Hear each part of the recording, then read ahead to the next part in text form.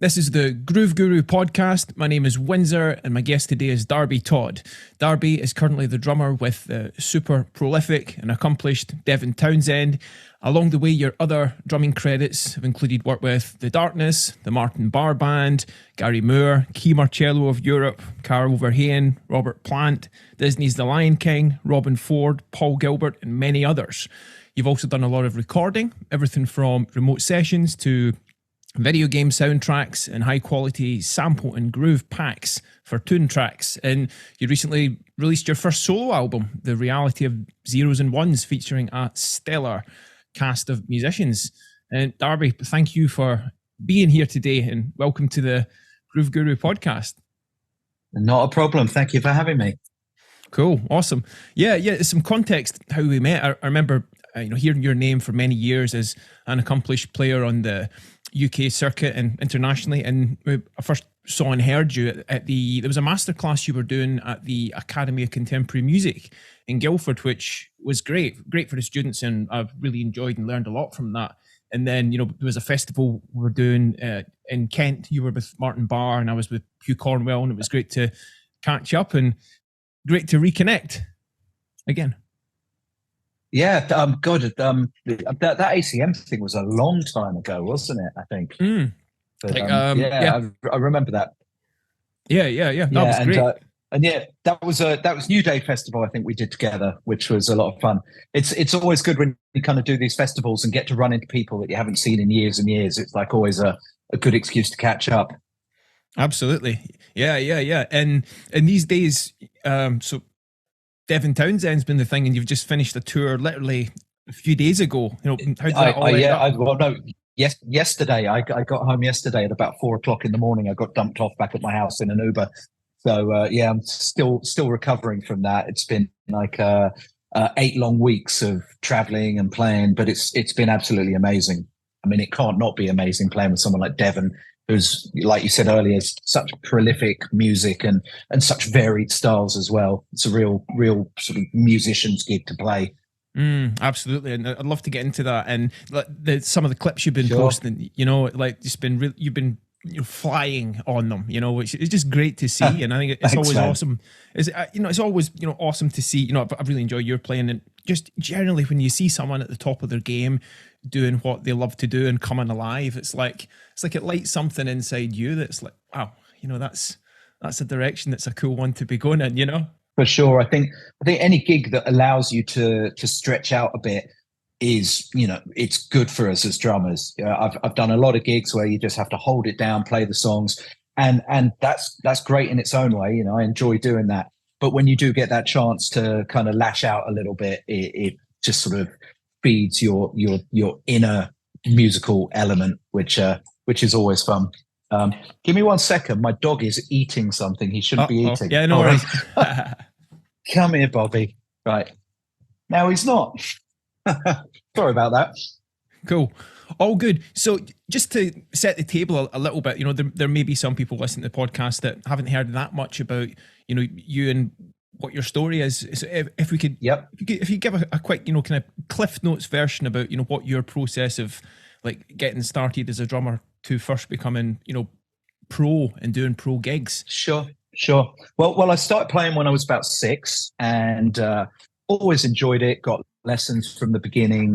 Had a couple of different teachers throughout my first sort of 5-6 years, I guess.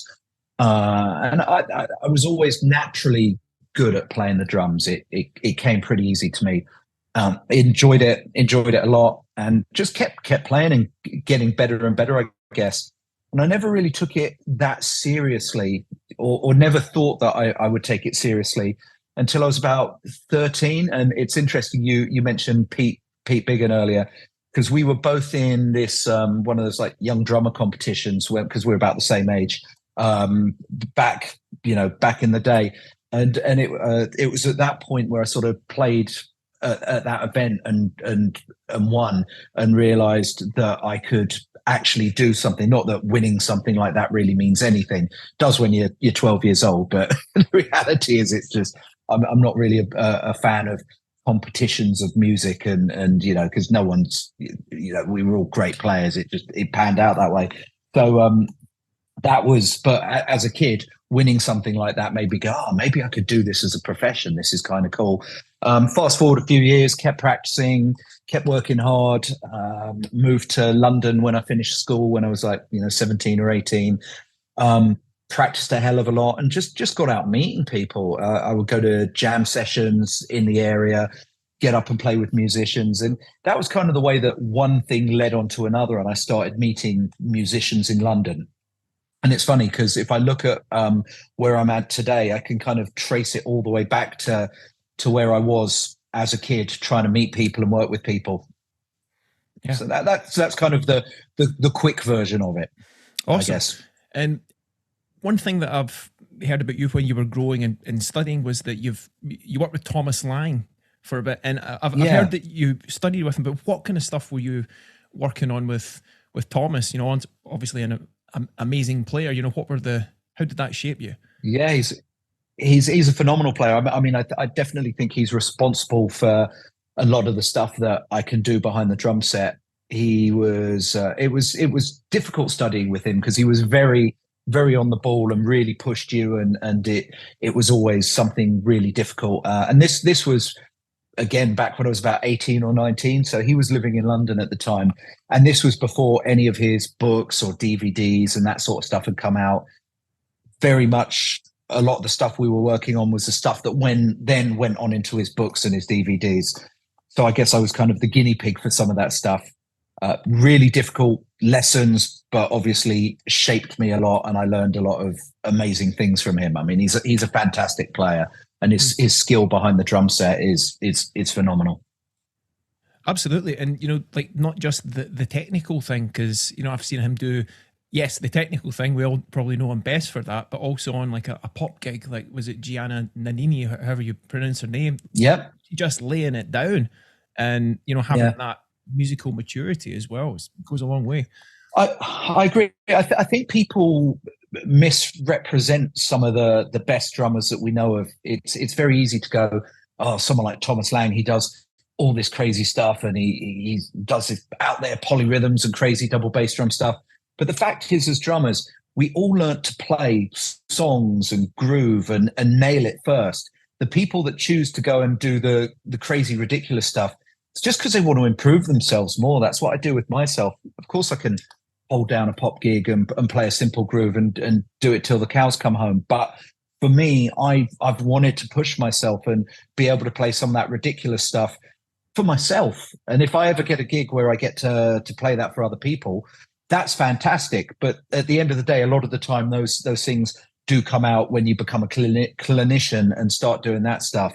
Because it's not that often there's many gigs out there, unless you're playing with Chick Corea or Animals as leaders or something like that, where the music dictates that you can play that the whole time. But I think the majority of drummers, Tomas included, we want to further ourselves as musicians, and it's more a personal quest than kind of look what we can do. Absolutely. And reflecting on this recently, the phrase like progress makes us happy. There's just something about that knowing you've bettered yourself, that wow, it's like a reward, a feel good. That's the reward you get for putting the work in, and it doesn't mean you should just completely spew it over the gig, but yeah. But no, of course not. And that in itself is a something that you have to learn as well. It's just because you have the facility doesn't mean you have to dump it out there. And I was guilty of that as a young player. I could play all these crazy things. So therefore I felt, I'm going to chuck this into this song and I'm going to do this. And as you grow up, you learn that's not the way to do it. But the facility of being able to do things for me makes me happy. And I've been home for a day from this tour. Come Monday, I'm going to go back into my studio, and I've actually got time to practice now. And I'm going to continue to work on stupid stuff just to make myself happy. And what stupid stuff are you working on? Do you have any idea at the moment? I'll work it out when I get there. I just need to play for a couple of days and kind of see where I feel like I'm heading. But I definitely want to work on some of my bass drum patterns and get that working. And maybe it's polyrhythm week. We'll see. I have a habit when I'm at home of finding a drummer that I'm into for the month and then really studying them massively. and trying to steal as much from them as possible. So for, I guess, actually not the month, the last 6 months, I've absolutely been thrashing anything Vinnie Colaiuta's done.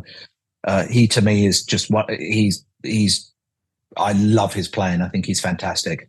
Same. I've got goosebumps you saying that. You know, he's always been probably the guy, the number one guy that has fascinated me the most. And I wanted to ask you about this. So what are some of your, because, you know, we're both big Vinnie fans. What are some of your favorite Vinnie moments on record or just gigs? I know there's loads. All of them. Yeah. All of them. Apart from the obvious. But so when his solo album came out in the early 90s, that for me was life-changing. That was just phenomenal playing. Recently, the last couple of Randy Waldman records he's done, the playing on those is absolutely crazy. There's a piano player called, I think it's Bill Cunliffe, that he recently did in the last year, and there's some videos of him, this piano player, and John Patitucci in the studio, and that's more out and out jazz. And damn, his playing is so good. His playing is just so good.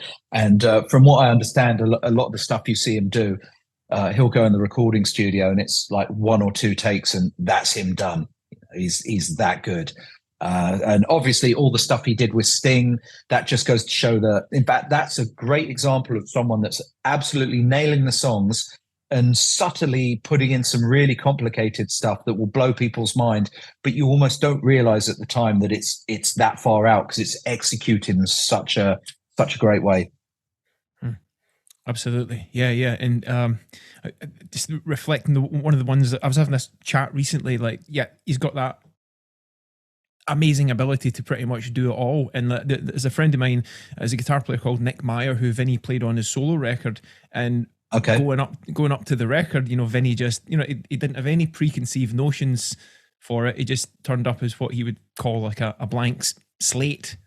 And, you know, it speaks to the depth of his ability to, you know, turn up to gigs, sessions, and then just know that he's got what it takes just to completely make it work. Completely, he can just look at a chart of notes and play the song straight like that and nail it. He's a absolutely phenomenal musician, and I'd say he's definitely right now my biggest influence.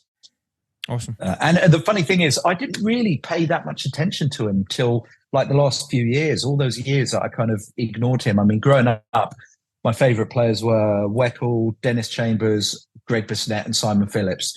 So I think a large part of how I sound is due to those 4 drummers. But definitely later on, Vinnie is just, I'm trying to steal as much stuff off him as possible, and I'll never get to the end. He's too good. Yeah, absolutely. A fountain of inspiration for all drummers who want to go there. And talking about inspiration, another question. So who inspires you? Because obviously when we talk about working as a freelance drummer and musician, you know, the playing is almost, as I've heard you say, it's like a prerequisite. You know, we get that you can play completely. You know, when it comes to that, about being the best person and the best hang you can be, you know, who inspires you most as a person these days? I know we're kind of going off. An interesting question. I'm just curious. Yeah, no, that's fine. I've never really thought about that. I think I don't necessarily get inspired as a human being, as a person. I think I've learned that you just have to be fairly normal and nice. So just normality inspires me to kind of, God, that's a really stupid answer. That's a difficult question. I've never thought about that. I just try and be as cool with people as I can. And it's very important to understand your surroundings as a musician and understand who you're working with, and be not be yourself, but you've got to make the people around you comfortable. So if you're in a band where people want to have a bit of fun and have a bit of joke, you can be that slightly zany person. But if you're in a situation which is a bit more serious, you have to be able to adapt to your surroundings. So that's all I've ever tried to do, rather than be inspired by a particular person or a way to be.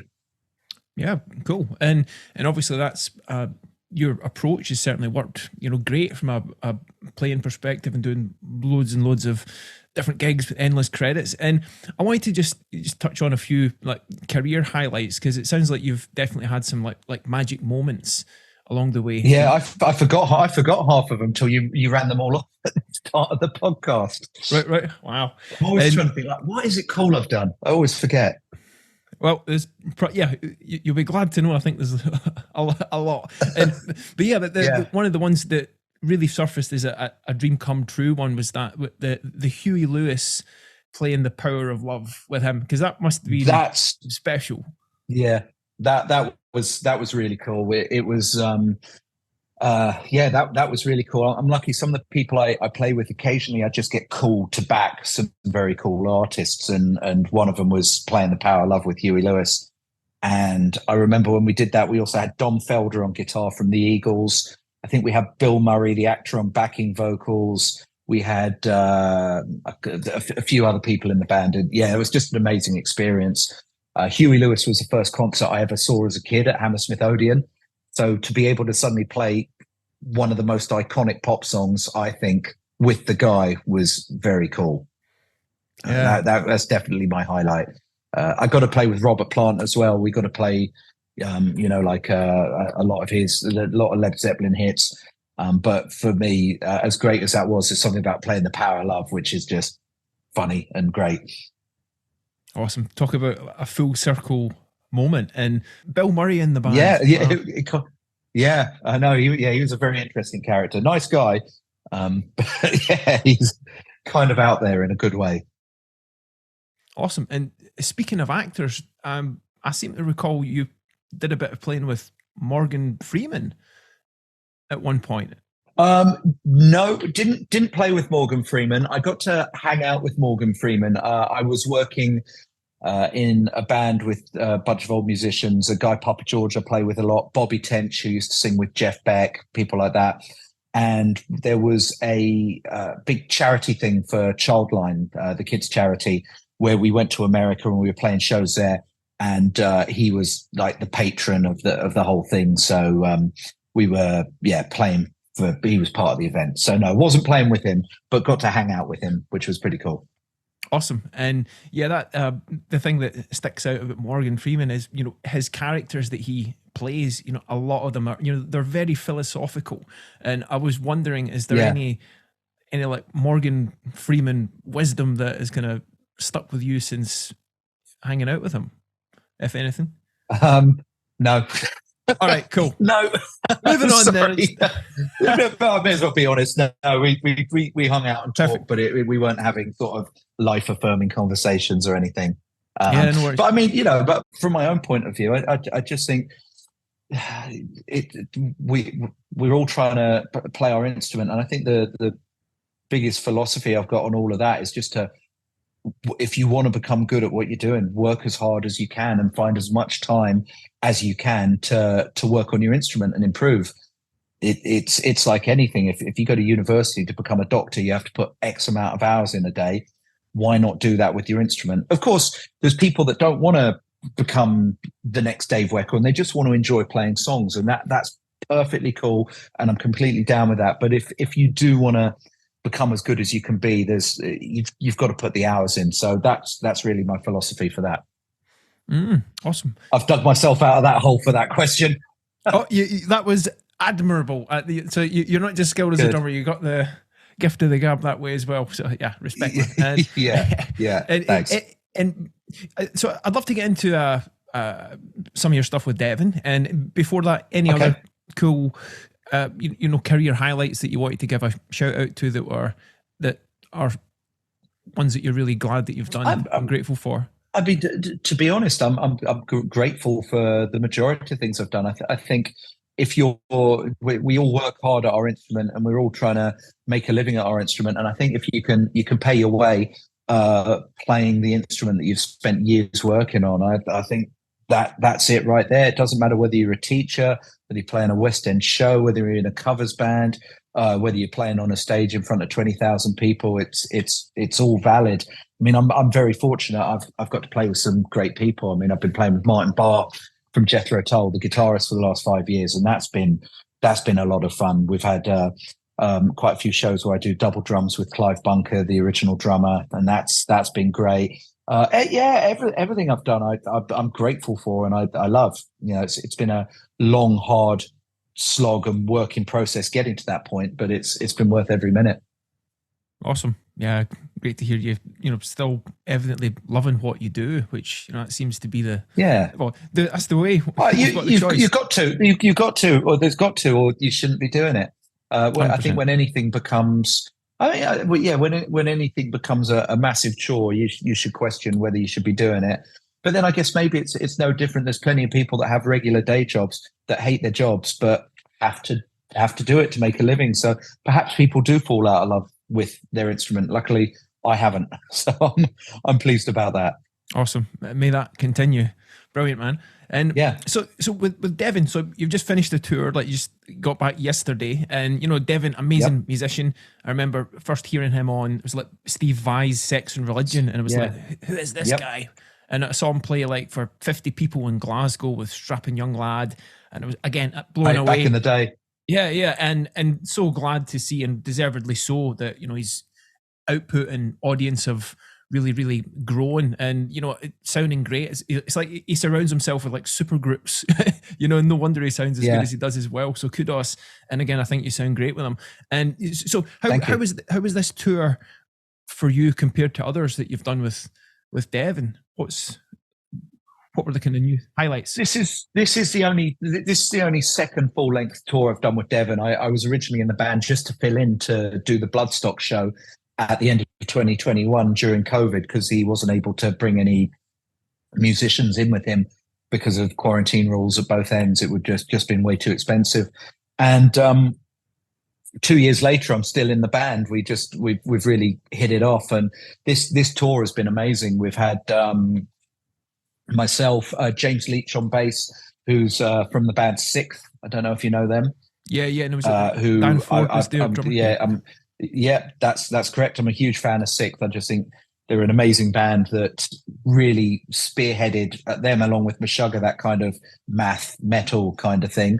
And then we've also got Mike Keneally on guitar, who is an absolute legend. I mean, he was in Frank Zappa's band for several years. He's been with Steve Vai. He's been with Joe Satriani.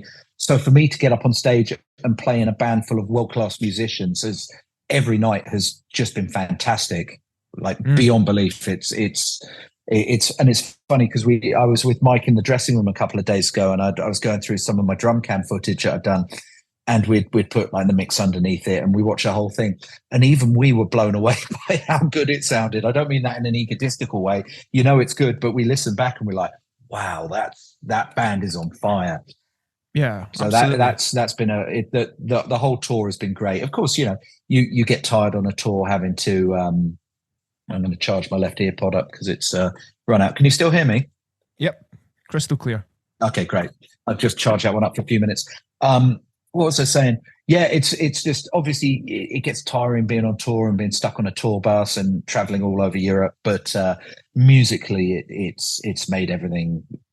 It's made everything worthwhile. It's such an amazing band and such a great group of people as well. Band and crew, everyone just gets on amazingly well. So it's been great. Awesome. And speaking about touring, because that's something you're really experienced with, you've been doing for years and years and years. Sure. What are some of your approaches to keeping your energy high in that situation, which otherwise could be a bit draining as it goes on? What have you found to hack that? Honestly, you don't. You can't. You just have to fight through. It's kind of willpower. You need to try and, gone are the days where bands go on tour and they finish a show and drink vast amounts of alcohol and take loads of drugs. I don't think it really goes on anymore. We're all older and wiser, so it's very important to try and get some sleep and look after yourself. But even with sleep, it's tiring. It really sort of does you in. But come the end of the day, it's all about that 90 minutes you're on stage, and somehow you can be even unwell before a show and feeling crap, and we still somehow pull it together for that 90 minutes and then just go off on stage and get in our bunks and die. So I don't think it's not really possible to feel amazing 6 weeks into a tour. It's grueling. I've often said this. I've got friends that will say, "Oh wow, it's great. You travel the world, and it must be so easy. You play on stage for 90 minutes." I don't think there's many people that have the constitution to be able to survive and do what we do. It definitely takes a certain mentality and a lot of inner strength. But yeah. so yeah, it's there's nights where, you know, an hour before the show, we're all lying in our bunks half asleep going, God, I'm broken. And then we get out on stage, smash it like you wouldn't believe, and then just go back to bed. Yeah, totally. So yeah, it's and I've toured the world on low levels. I've toured the world on high levels. It doesn't make a difference. Travel and putting your body through that is always going to be difficult. Yeah, it takes a certain constitution. You know, the word grit comes to mind for sure. Yes, yeah, for sure. Absolutely. It's hard, but I wouldn't have it any other way. Wouldn't have it any other way. Awesome. And so going back to Devin, and you touched on a point, which the recent clips that you've been posting. Yeah, I was really impressed. The playing, yeah, great, but also the actual the production quality. I mean, this, as well as the great playing, there really are, to my ears, there's some really high production values going on, and it's great to be able to record that. And in the course of a tour, you know, how much do you do that? Because, you know, reflective practice, great way to, you know, watching yourself to hear how you actually sound can be great for feedback. Over the course of a tour, you know, how much did you do that? Was it, how many shows did you record and listen back to? I've probably recorded about 12 shows out of 30 something. I didn't actually record them as reflective practice. I know what I'm doing on these gigs. If I wasn't playing the shows right, I wouldn't be in the band. And I know a lot of people do record stuff, and maybe I should be a bit more diligent in that way to see where I'm going wrong, where I'm not going wrong. In all honesty, I just recorded them to try and get a bit of social media content. I absolutely hate doing that, but I was like, you know, if I record the occasional show and can put something out that people might enjoy, that's purely what it was for. It's like it's a necessary evil these days. But in terms of recording it to say, am I playing well? Am I playing right? That was never in my thought process, really. It was just something to put out there that some people might enjoy. Yeah, awesome. And maybe I should listen back and see where I'm going wrong. But it's weird. I'm kind of like, after I've done a show, that moment's gone. You've done it. I don't feel the need to reflect and see what I've played. I know at the end of a gig if I played well, if I played amazingly well, if I struggled. But I know the parts. But I don't think there's anything wrong with listening back to what you're doing. Maybe if I was on a different style of gig, like a jazz gig where there's a lot more improvisation going on, then I would be interested to hear what I've played and, that didn't know I played that before. Maybe I can work on that. But I've never massively been one to analyze my playing after the fact. Sure, cool. And you were talking about like really knowing your parts, and that was something I was curious about. Like on that Devin gig, you know, how much of your input is like premeditated and like strict set parts versus spontaneous? You know, what's the balance like on that one? There's a lot of me in the gig. There's more of me in the gig today than there was a year ago on their first tour. I mean, my primary goal is that any artist you play with, they have to feel comfortable. So if a new person's come into the fray, it shouldn't feel like an upheaval to them. Like, oh my God, where's this gone? This doesn't sound like what I'm used to. So when I was learning the show, I obviously am pretty good at working out what needs to be there. What are the focal points? Which hits? Which exact drum fills need to be there because they're part of the song? So nail them, and then slowly, as I knew Devin was happy, I'd kind of go, I think that could change a bit, or there's room for me to do this. So more of myself has evolved in the gig as time has gone on. But ultimately, when I first took it on, I paid a lot of attention to what the last drummer did and what's on the records. I made sure that Devin was comfortable and what needed to be there was there. Yeah, great. Yeah. Now I get away with murder in a couple of spots. Yeah.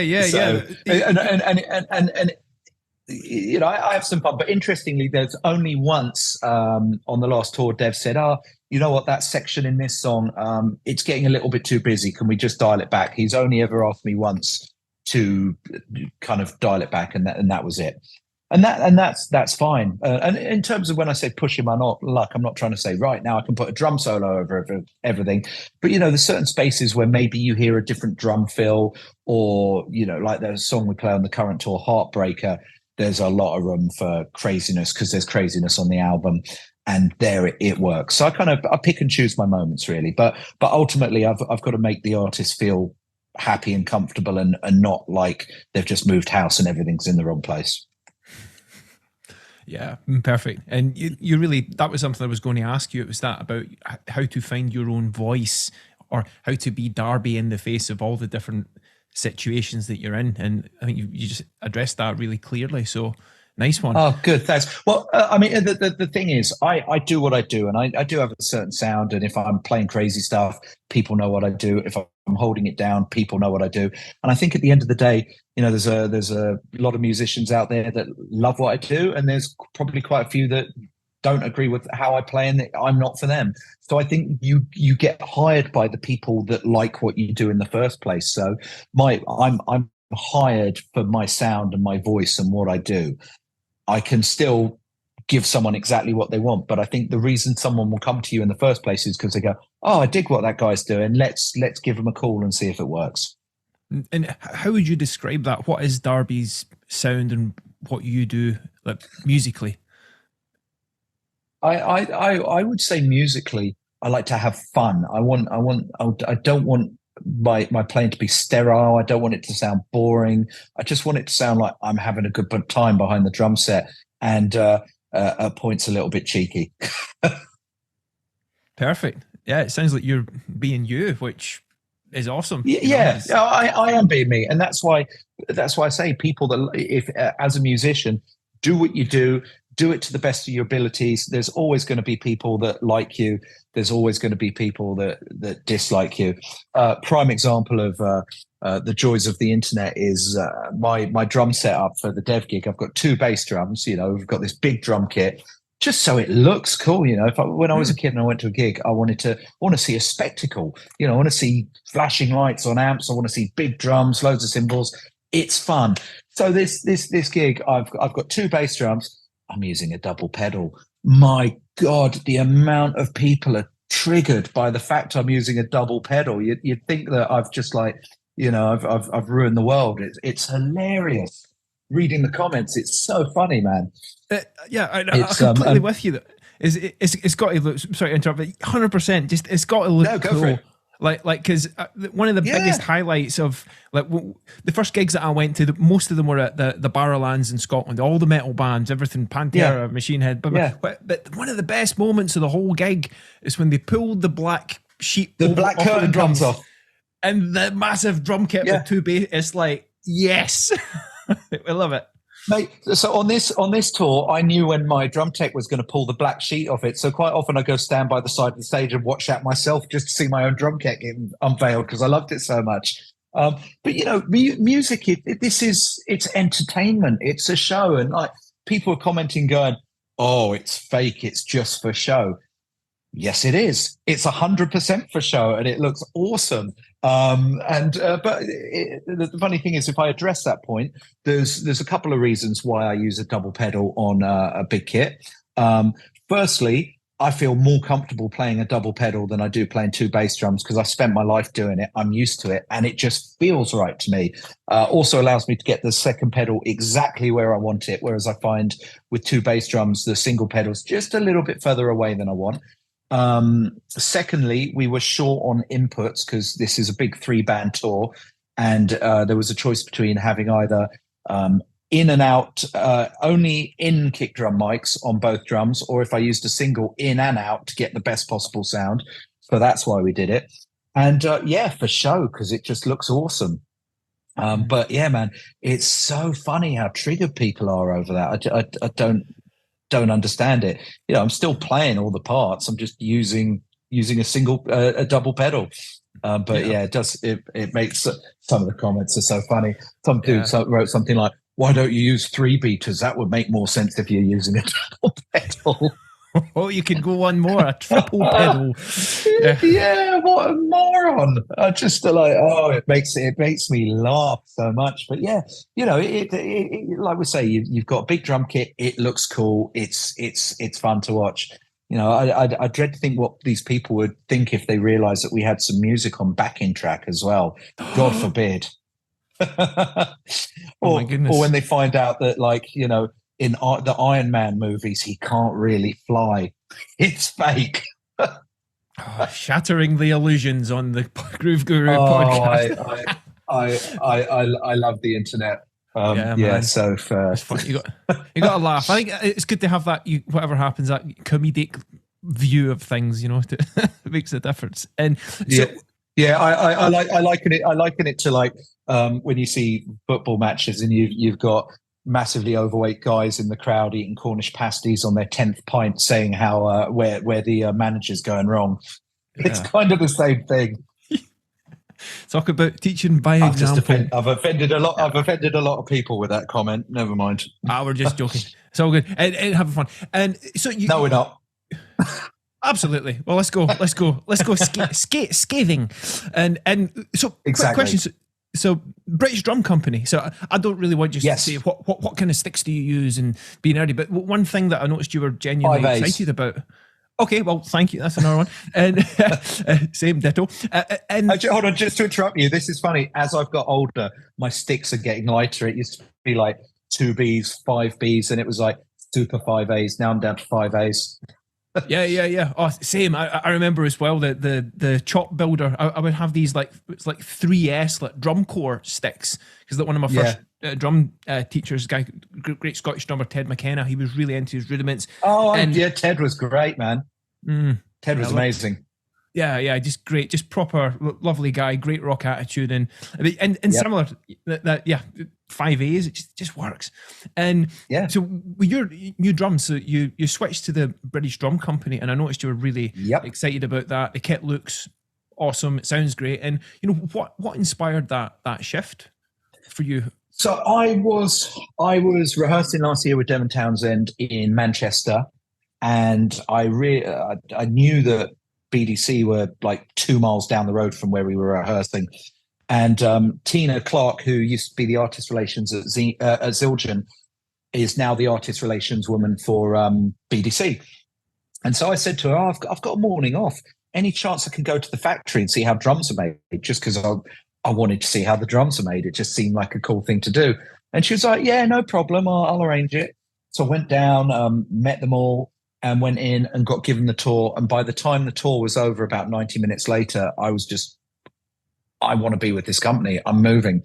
And it was literally that. I went there with no intention of shifting. The drums I had before, loved the drums, loved my relationship. But I just realized it was time for a change for me. And I was just so impressed with, like the tour I was on, even though the guy had given the tour, probably 3 million times before it, he was still 100% passionate about the product. Got everything getting made from, like the strips of wood where you can tear them in half with your hands through to a finished drum. And it's just, I came away going, this is a company I want to play. And I did. And that was it. Awesome. And the drums sound amazing, but a lot of drums can sound amazing. These sound really amazing. But for me, it was the whole package of the people, the product, and the love in what they do. So, it was genuinely, I had no plan to change. And I came away from there and I just went, I want to play your drums. Brilliant. Yeah. It's like sometimes and it might sound weird, but making a cup of tea and loving doing it, or the chef that cooks their food with love, it's like it tastes better. It really counts. And the funny addendum to this is that we had a day off in Manchester the other day before the Manchester show. So I took my drum tech to the factory, Mitch, to see how the drums were made, because he loves drums and wanted to geek out. And it was a chance for me to go catch up with everyone. So Mitch had the tour. And by the end of the tour, Mitch said, right, can we sit down? I'm buying a drum set. I want to spec it out. And he's bought one now. And he had no intention of buying a drum kit. It was just, you go to that, if you go to that place, you will want a drum set. It's how it works. Right. Okay. Noted. And when you were, I remember you saying when you were choosing it, you were very particular about your new spec for it. And what briefly, or as much detail as you want, the new spec that you designed. Can you give us a bit of a rundown of that for the BDC drums, and why you chose that? Yeah. So I've actually got 3 kits from them. So I'm kind of lucky. And the original kit I was going to use on the Devon tour was, in fact, all stock sizes, all stock finish, which was this color Raven glass, which is kind of a black sparkly type thing. And I had that, and then that was the kit I was going to take on tour, and that was more of my rock kit. So the sizes for that were 2 22 by 18 bass drums, 10 by 8, 12 by 9, 13 by 9, 16 by 14, 18 by 16. And then the studio kit I wanted, which I wanted in orange, because orange is my favorite color. So I wanted an orange drum set. That kit was going to be the studio, which was slightly shallower sizes of 10 by 7, 12 by 8, 14 by 14, 16 by 14, 18 by 16. And when I showed Devin a picture of that kit, half made, he loved the color so much that he decided to make the backdrop orange, the whole aesthetic of the gig orange. And that happened to coincide with Keith, the owner of BDC, saying, oh, by the way, Darby, I've made you a second 22-inch bass drum. So we ended up taking the orange kit out on tour. So all my kits from them are actually stock. The only thing that's not stock is the orange finish. That's a custom job for me. And so the 2 kits I've got, the black one and the orange one, they're both just 100% birch shells. And then I've got one of their Lounge Series kit, which is a combination of birch and mahogany, and it's also got rounded bearing edges. So it sounds a lot more old school, a bit more woolly, that sort of thing. So between all the stuff I've got, I can kind of cover all bases, really. I've got the big rock sizes, I've got the more studio fusion sizes, and then I've got the old school kit as well.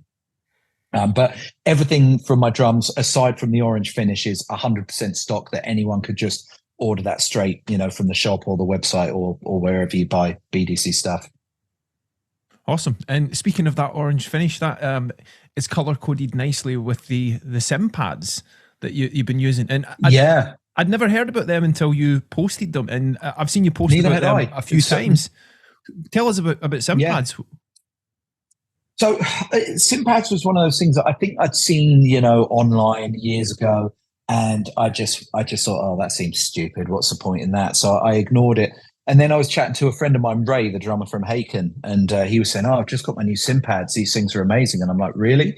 And I started watching videos on them, and I was like, oh, actually, this makes a lot of sense. And so Cympads sent me some stuff to try out, and luckily they color coded it with the orange aesthetic, and they're amazing. And it's one of those things that I overlooked and wish I hadn't. So they work twofold. The cymbal toppers, I've just got orange ones to match the aesthetic of my kit, but they do these things called moderators, which are kind of like different size specially made felts that they dumb down the volume and the sound of your cymbal, but without losing the tone of it. So for instance, when we're on tour, there's been a couple of times, depending on the venue, we've swapped out the size moderator to bring one crash cymbal in line with the others. Sometimes just one cymbal is a lot louder than the others and jumps out louder than it should. And this solves that problem. It just mutes it down. So everything's roughly the same volume. So front of house, you haven't got a cymbal that's 20 times louder than everything. I mean, that's an exaggeration, but nothing pokes out. Everything's really leveled and sounds good, like it would if you're in a recording studio. They're amazing things. And life-changing in such a small way. They're great. Yeah, the thing I noticed is there was a YouTube comparison video I was checking out about them after I heard you speak about them, which compared to felts, it sounds like they really just enliven the sound. They're just they really do, and again, it sounds like they won't do that, but they really do. The other thing they're designed to do is minimize cymbal resonance from the stand. Sometimes you hit a cymbal, especially ride, and you hear like a really horrible unwanted overtone, and these stop that coming through. 1 second, I'm going to let my dog in the garden. Yeah. I can keep talking while I'm not here. Hold on. But yeah, they're there we go. Annie's out. They're amazing things, and I wish I hadn't overlooked them back in the day when I just thought, oh, maybe it's some sort of gimmick, because they're not. They've made the tour so much better, just being able to dampen the cymbals. And I'm really interested when I get back to my studio next week to kind of see just how much of a difference there is between their specially made cymbal felts versus the cheap, crappy ones that you get on cymbal stands normally. Yeah, experimentation, and yeah. But I really would recommend them. They've been a godsend. They're really good. Awesome. Check out Cympads, everyone. I certainly am looking at those a bit more. And I think that you were mentioning recording. I think it'd be good to touch on your recording stuff, because you've done a lot of different things. One other gear question, that something I know you're a big fan of, and I'm a massive fan of, Porter and Davies. But when I got one of those, BC2, life changing, game changer. Life changing. So two kind of quick things, if you could tie in. So what do you find so awesome about that? But also your settings, because I'm still, I've been experimenting with it just to find the optimal, sweet spot for that, because they're powerful. It could be, if you turn it too much, it's like a pneumatic drill to the head. But what's your kind of optimal sweet spot with that? Well, so just going back to your first question of why I use it, the feeling, for me, the one thing I always want to hear when I'm on a gig is a kick drum. I don't have to listen to much else of the kit, but if I can hear the kick and it sounds really good, I'm really happy. And just the feeling, with your in-ears, you can have a sound, and it just feels like you're getting thumped. And the weird thing is, I don't know if you've tried this, if you play a load of kick drum notes while it's on and then turn it off, and suddenly your pedal feels like crap, doesn't it? It's like it feels terrible. And then you turn it back on, it's like, oh, that's how it's meant to feel. So that's why I use it. It just feels and sounds amazing. In terms of settings, the other thing is, as well, with some of these Devin songs where some of the really fast bass drums are towards the top end of my ability, if I don't have the Porter and Davies, I can't play the parts. I can't feel the feedback from the pedal well enough, and I can't play that fast. So it actually makes me play quicker, which is pretty cool. And in terms of settings, it's very easy with that to turn it really high up and go, oh, that feels great.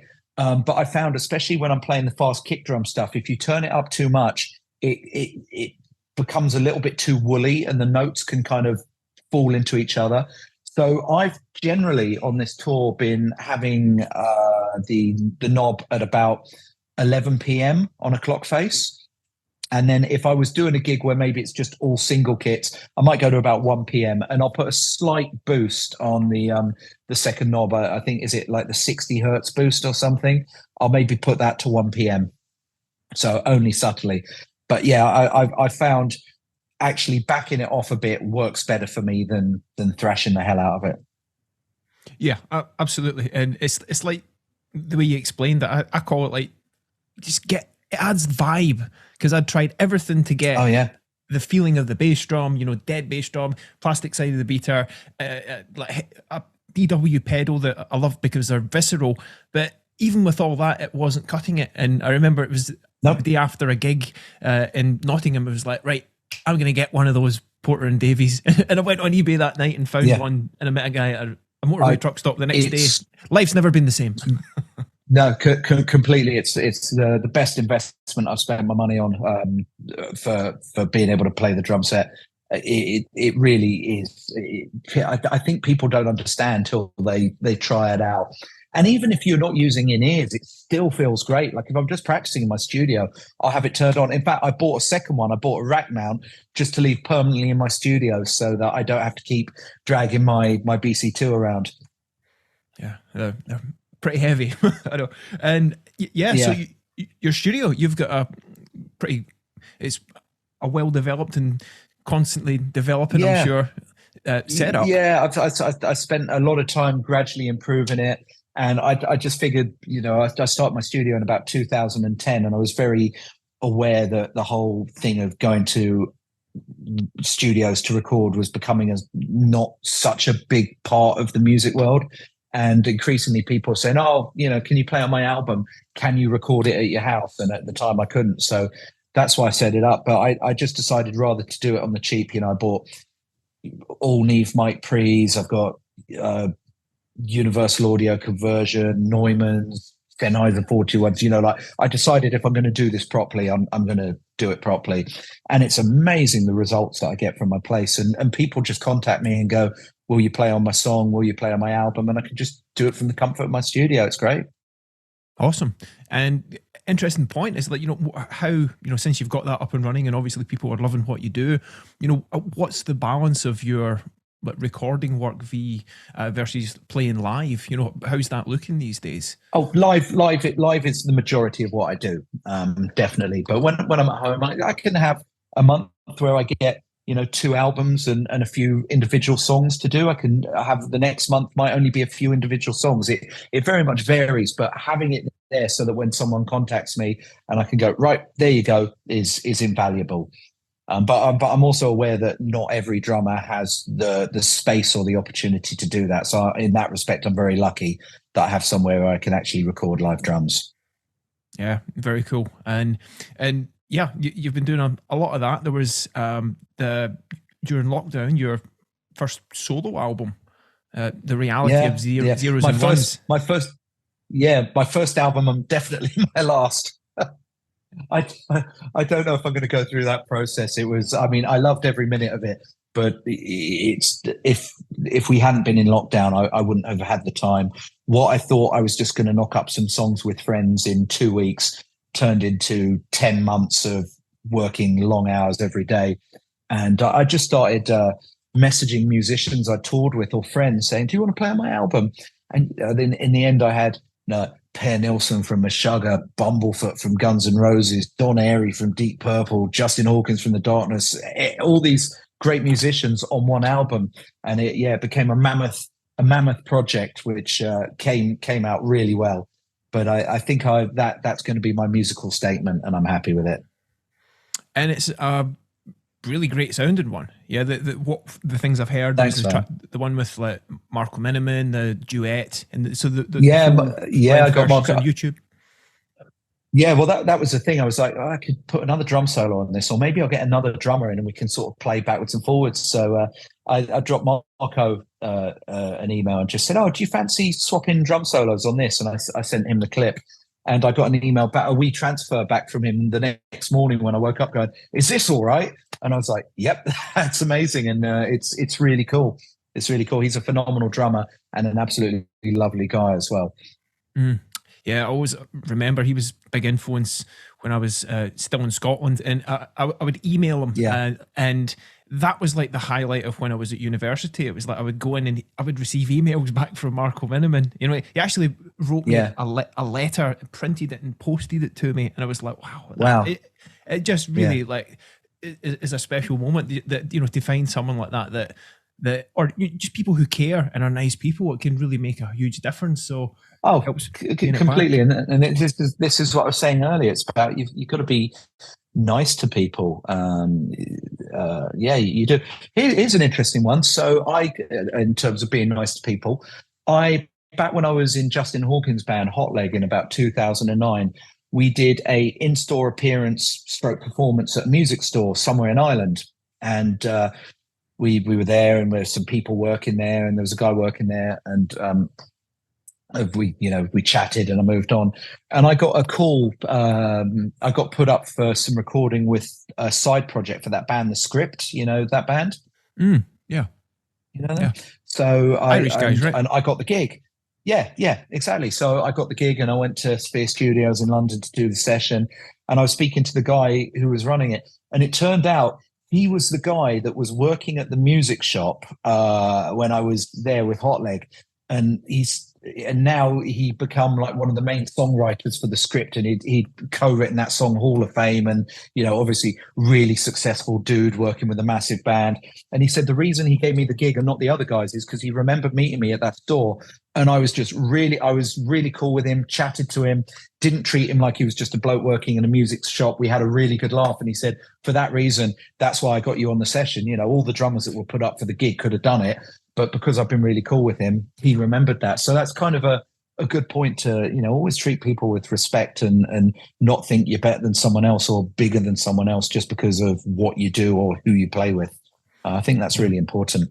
Yeah, it goes to show you never know who's watching.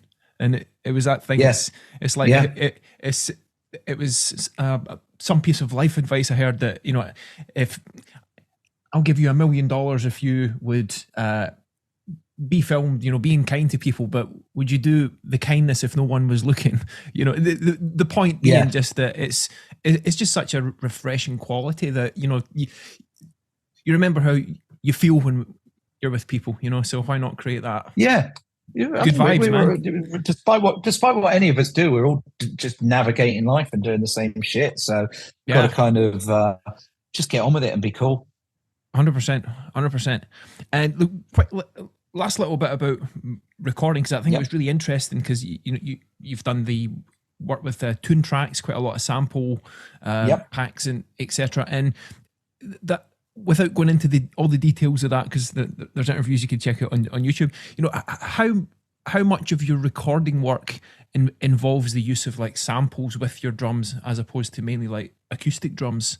Has tune tracks influenced the amount that you incorporate that technology? I mean, the thing for me is, generally when I'm recording for other people, they have the vision of what they want. So I generally record the raw tracks and send them back to them. And if they choose to augment it with samples, they do. So it's not often I do that for other people. Sometimes I do. I mean, I think samples used well are a great tool. And the tune track stuff is by far the best stuff out there. I love using their products. I was using their product before I started, working for them, paid for it with my own money. And now the fact that I'm a big contributor to what they make and their MIDI output is fantastic. I also make a lot of the music. When you see their product videos online and you hear like the songs in the background, I'm the one that's been called to put that together. So I'll call the correct musicians in to write the music and do that. And in those instances, we put a lot of the samples in, but it depends.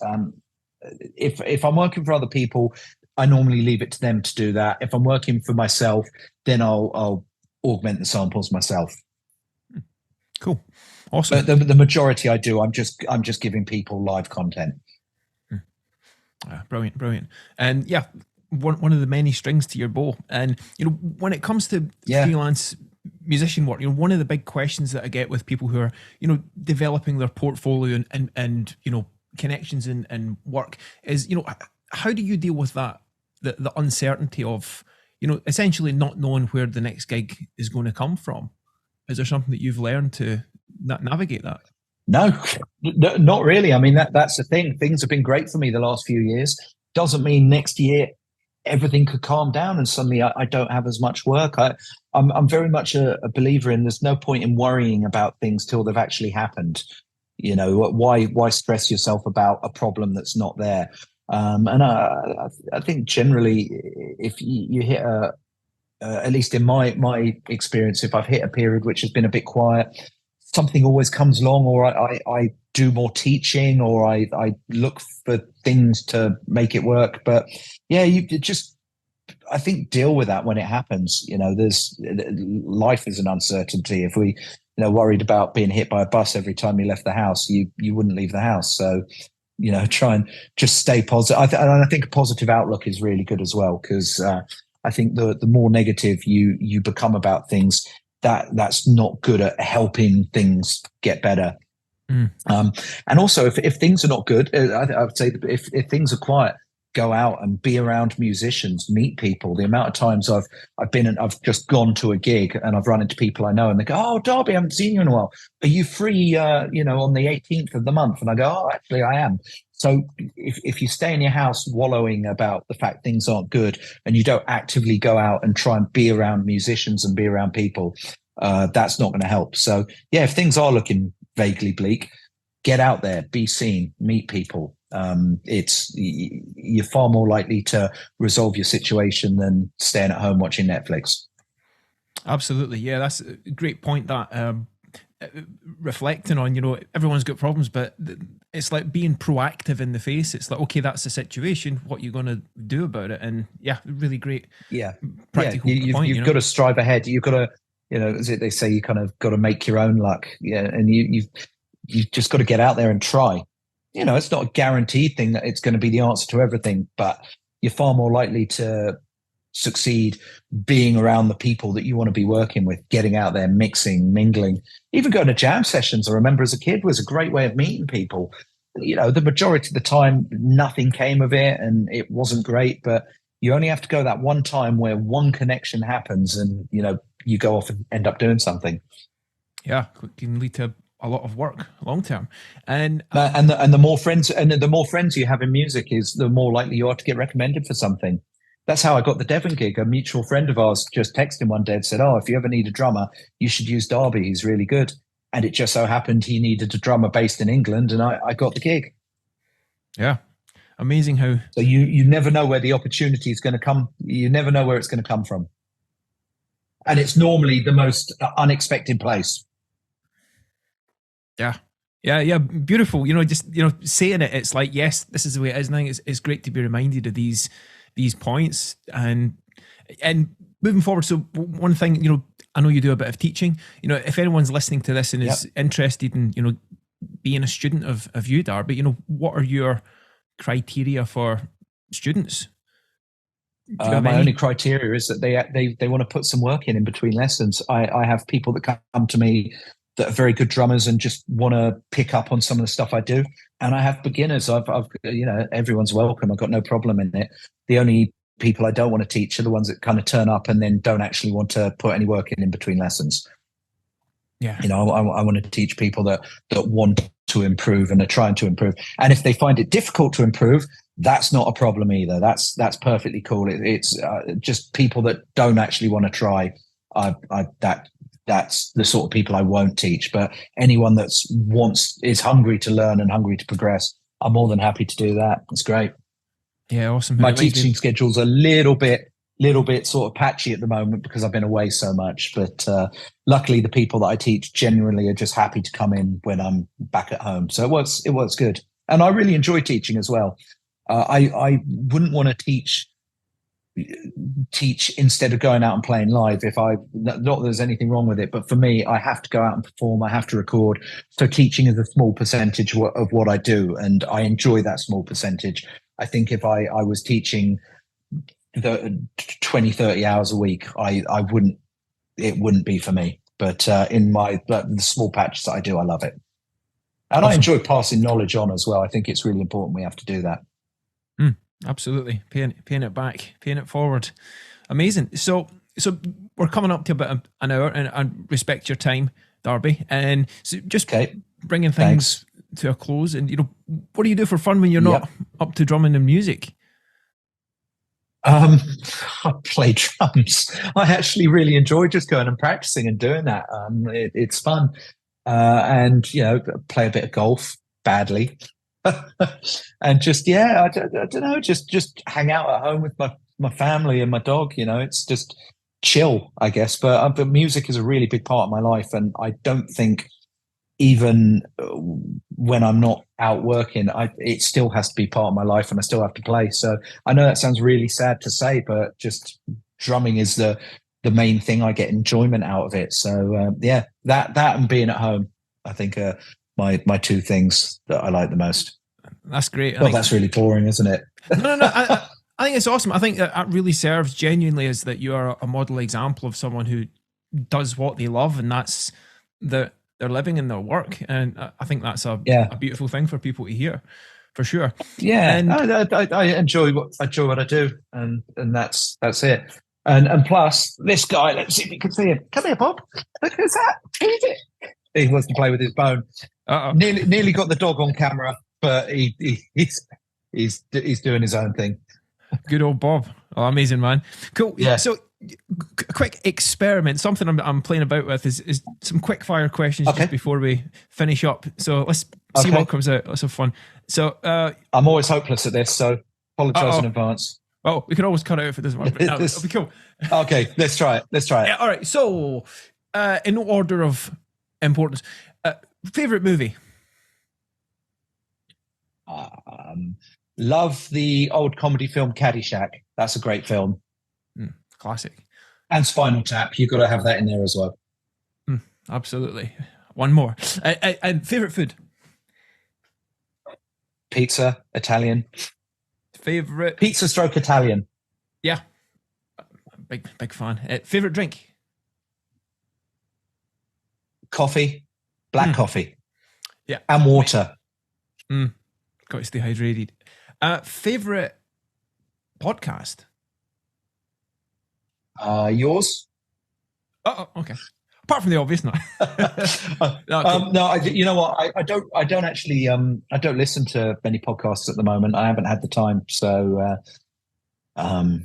yeah, I spend most of my time is just like on YouTube learning about things I'm interested in. So that's probably my equivalent of podcasting. Okay. So it varies. No, yeah, and spontaneous one. Yeah, I'm not being very spontaneous. I'm giving too long. No, too long explanations here. No, and on that favorite YouTube video that you've seen in the past month that's made you go, wow. Anything with Vinnie in it. Yeah, correct. Cool. Favorite book? Don't really read. All right, and actually, I don't read. No worries, all good. And do you have a quote or mantra you like to live by? Yeah, don't be a dick. Amen to that. Cool. All right, man. So, 100%, a great one. And so, what's next for you? What's next on the horizon for you, Darby? I have. When is this podcast going out? Roughly. Likely tomorrow. So April. Okay. By April 8th, 9th. Okay, then I can't tell you what's coming up till it's announced. I'll tell you off camera. Yeah, no worries, man. So yeah, I've got another tour coming up in June and July, but I can't talk about it till it's been announced. No worries. I'll probably pop a note in the show notes at the appropriate time then. Exactly. You can add it to the description. But in the meantime, I'm just back to doing regular work around London, some recording, some teaching, got a few gigs here and there. And then, yeah, back out on tour in June. Awesome. And best place for people to find out about you and what you're up to? My website is a really good place of contact, which is darbytodd.com, darbytodd.com, or my Instagram. I've started kind of posting stuff on there. But yeah, if people want to get hold of me through my website, and then also my albums on there if they want to check it out as well. Awesome. Thumbs up. Darby, thank you for being here today. You're welcome. Thanks for asking some fun questions. I enjoyed that. That was good.